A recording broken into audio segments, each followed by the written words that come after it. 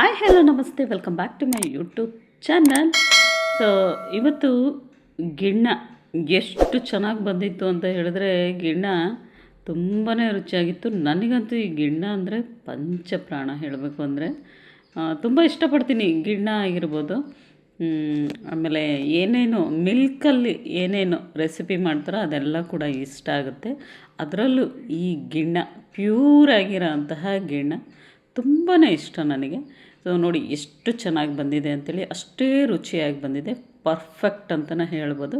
So cake ರೀತಿಯಾಗಿ ನಾವು cut ಮಾಡಿಕೊಂಡು ತಿನ್ಬೋದು. ವೆರಿ ಸಾಫ್ಟ್ ಆ್ಯಂಡ್ ಟೇಸ್ಟಿಯಾಗಿ ಕೂಡ ಬಂದಿದೆ. ಸೊ ಹಾಗಿದ್ರೆ ಈ ಗಿಣ್ಣನ ಮಾಡೋದು ಹೇಗೆ ಅಂಥೇಳಿ ನೋಡೋಣ. Welcome back to my YouTube channel. ಯಾರೆಲ್ಲ ಹೊಸಬ್ರು ನನ್ನ ಚಾನಲ್ನ ನೋಡ್ತಾ ಇದ್ದೀರಾ, ಸಬ್ಸ್ಕ್ರೈಬ್ ಮಾಡಿಕೊಂಡು ವಿಡಿಯೋಸ್ಗೊಂದು ಲೈಕ್ ಕೊಡಿ.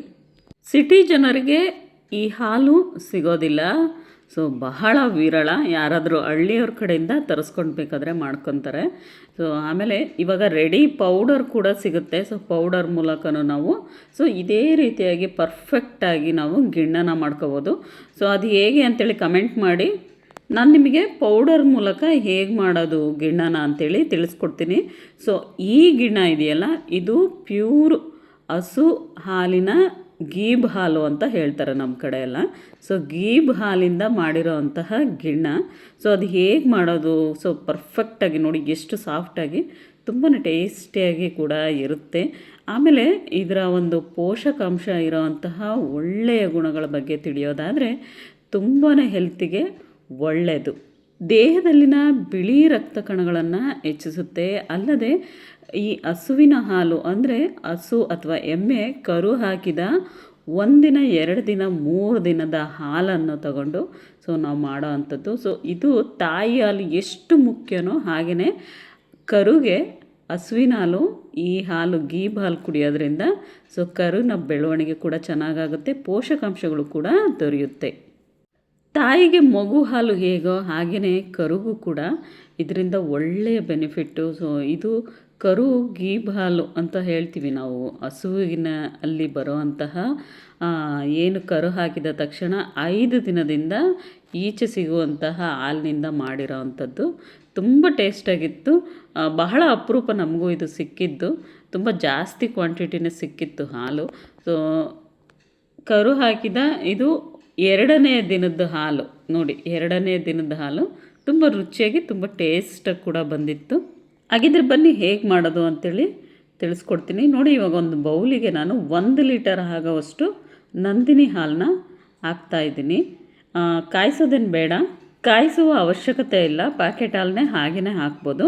ಸೊ ಇದಕ್ಕೆ ನಾನು ಒಂದು 100-150 ಗ್ರಾಮ್ ಆಗೋವಷ್ಟು ಬೆಲ್ಲನ ಕುಟ್ಟುಬಿಟ್ಟು ಪುಡಿ ಮಾಡಿ ಇಟ್ಕೊಂಡಿದ್ದೀನಿ. ಅದಕ್ಕೆ ಸೇರಿಸ್ತಾ ಇದ್ದೀನಿ. ಹಾಲಿಗೆ ಸೇರಿಸ್ಬಿಟ್ಟು ಬೆಲ್ಲನ ಚೆನ್ನಾಗಿ ಕರಗೋ ರೀತಿಯಾಗಿ ಕರಗಿಸ್ಬೇಕು ಮೊದಲಿಗೆ.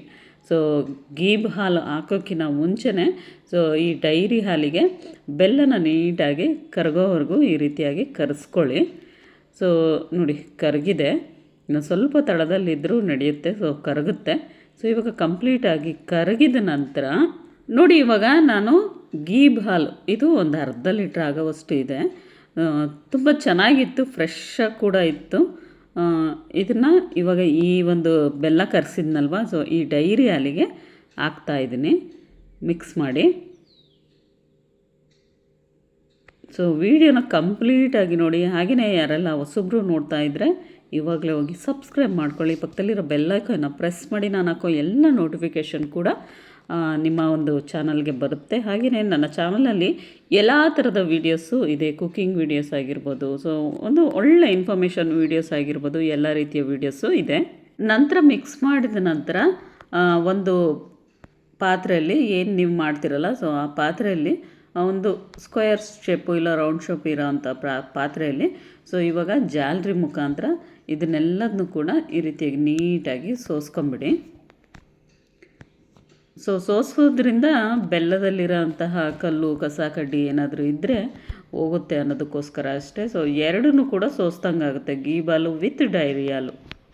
ಇದಕ್ಕೆ ಇವಾಗ ಸ್ವಲ್ಪ ಏಲಕ್ಕಿ ಪುಡಿನ ಹಾಕ್ಕೊಳ್ಳಿ. ಸೊ 2 ಬಾಕ್ಸ್ ಆಗಿದೆ ಇಲ್ಲಿ ನೀವು ನೋಡ್ತಾ ಇರ್ಬೋದು. 2 ಬಾಕ್ಸಲ್ಲಿ ಏಲಕ್ಕಿ ಪುಡಿ ಹಾಕಿಬಿಟ್ಟು 1 ಟೈಮ್ ಈ ರೀತಿ ಮಿಕ್ಸ್ ಮಾಡಿಬಿಡಿ. ಸೊ ಮಿಕ್ಸ್ ಮಾಡಿದ ನಂತರ ನಾನಿಲ್ಲಿ ಗ್ಯಾಸ್ ಮೇಲೆ ಒಂದು ಪಾತ್ರೆಯಲ್ಲಿ ಈ ರೀತಿಯಾಗಿ ನೀರು ಕಾಯ್ಲಿಕ್ಕೆ ಇಟ್ಟಿದ್ದೀನಿ. ಅದಕ್ಕೆ ತಳದಲ್ಲಿ ಒಂದು ರಿಂಗ್ ಹಾಕಿಬಿಡಿ, ಇಲ್ಲಾಂದರೆ ಒಂದು ಪ್ಲೇಟ್ ಕೂಡ ಹಾಕಿ ಇಡಿ. ಸೊ ಕಂಫರ್ಟಬಲ್ ಆಗುತ್ತೆ. ಏಕೆಂತೇಳಿದ್ರೆ ಬಿಸಿ ಹವಾ ತುಂಬಾ ನೀರು ಹಾಕಿದರೆ ಅದಕ್ಕೆ ತಾಗಬಾರ್ದು ಅನ್ನೋದಕ್ಕೋಸ್ಕರ. ಸೊ ಇವಾಗ ಒಂದ್ರ ಮೇಲೆ ಒಂದು ಸ್ಟೆಪ್ ಬೈ ಸ್ಟೆಪ್ಪು ಬಾಕ್ಸ್ನ ಇಟ್ಬಿಟ್ಟು ಸೊ ಒಂದು ಪ್ಲೇಟ್ನ ಇದಕ್ಕೆ ಮುಚ್ಚಿ, ಸೊ ನಂತರ ಇನ್ನೊಂದು ಪ್ಲೇಟ್ನ ಸೊ ಕ್ಲೋಸ್ ಮಾಡಿ ಇಟ್ಬಿಡಿ. ಒಂದು 20 ನಿಮಿಷ ಸೊ ಮೀಡಿಯಮ್ ಫ್ಲೇಮಲ್ಲಿ ಇಟ್ಟರೆ ಸಾಕಾಗುತ್ತೆ. ನೋಡಿ ಆಗ್ತಾಯಿದೆ, ಇನ್ನೊಂದು 5-10 ನಿಮಿಷ ಆದರೆ ಸಾಕಾಗುತ್ತೆ. ಸೊ ಮಧ್ಯದಲ್ಲಿ ತೋರಿಸ್ತಾ ಇರೋದು ನಾನು ತೆಗೆದು. ಸೊ ಈ ರೀತಿಯಾಗಿ ಅಂಟಬಾರ್ದು. ಸೊ ಒಂದು ಸ್ಪೂನ್ ಹಾಕಿ ನೋಡ್ಬೋದು, ಈ ರೀತಿಯಾಗಿ ಅಂಟಬಾರ್ದು. ಸೊ ಹಾಗೆ ನೋಡಿ ಪರ್ಫೆಕ್ಟಾಗಿ ಆಗಿದೆ. ಸೊ ಗಿಣ್ಣ, ನಾವು ಗಿಣ್ಣ ಅಂತೀವಿ, ಕೆಲವರೆಲ್ಲ ಗಿಣ್ಣು ಅಂತ ಹೇಳ್ತಾರೆ, ನಮ್ಮ ಕಡೆ ಎಲ್ಲ ಗಿಣ್ಣ ಅಂತ ಕರಿತೀವಿ. ನೋಡಿ 2 ಬಾಕ್ಸ್ ಆಗಿದೆ. ಸಿಕ್ಕಾಪಟ್ಟೆ ಬಿಸಿ ಇತ್ತು, ಹಾಗೆಯೇ ಯಾವಾಗ ತಿಂತೀನೋ ಅಂಥೇಳಿ ಅಷ್ಟೇ ಆಸೆ ಆಗ್ತಾಯಿತ್ತು. ಸೊ ಇದನ್ನು ತಣ್ಣಗಾದ್ಮೇಲೆ ತಿಂದ್ರಂತೂ ಹೆವಿ ಟೇಸ್ಟು. ಸೊ ತುಂಬ ಚೆನ್ನಾಗಿತ್ತು, ತುಂಬ ಖುಷಿಯಾಯಿತು ನನಗೆ. ಈ ಗಿಣ್ಣ ನಾನು ಮುಂಚೆ ಪೌಡ್ರಲ್ಲಿ ಮಾಡ್ಕೊಂಡು ತಿನ್ನಬೇಕು ಅಂತ ಅನ್ನಿಸ್ದಾಗ ಪೌಡ್ರು ಸಿಗುತ್ತೆ, ನಂದಿನಿ ಪೌಡ್ರು, ಗಿಣ್ಣದ ಪೌಡ್ರು ಸಿಗುತ್ತೆ. ಸೊ ಅದನ್ನು ತಂದುಬಿಟ್ಟು ಮಾಡ್ಕೊಂಡು ತಿಂತಾಯಿದ್ದೆ.